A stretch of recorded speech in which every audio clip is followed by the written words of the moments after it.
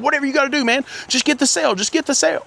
This message is for my dear friend Joshua. I'm reading your comments as I'm walking after finishing my last video, and you're talking about a particular situation where a creator made a video talking about the operational systems of a particular coaching company. And in that, because this is taught by a lot of coaching companies, this is not unique to one coaching company. Basically what you said was, hey, the instructor was trying to get across that you get the car in, you start on the oil change, they're waiting, they're already been there 15 minutes. What you got to do is you got to go out and you got to just find one thing wrong with the car. You don't have to tell them about everything that's wrong with the car.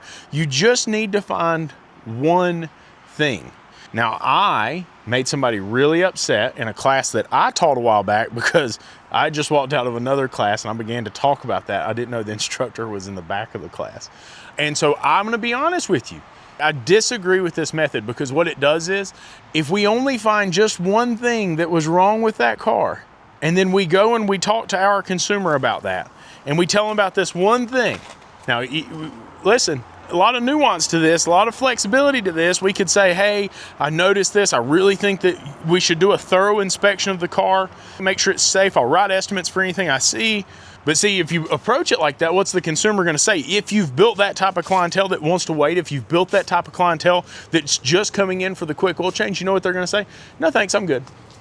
Right? But if you find one thing that you can say is a safety concern to them, and you can tell them, hey, this is a safety concern, we really need to look into this. I tell you what, how about I get you a ride back?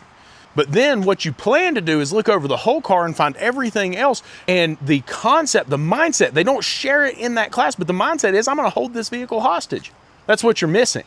You see, they plan to hold that vehicle and keep this thing going to get the highest possible ticket they can.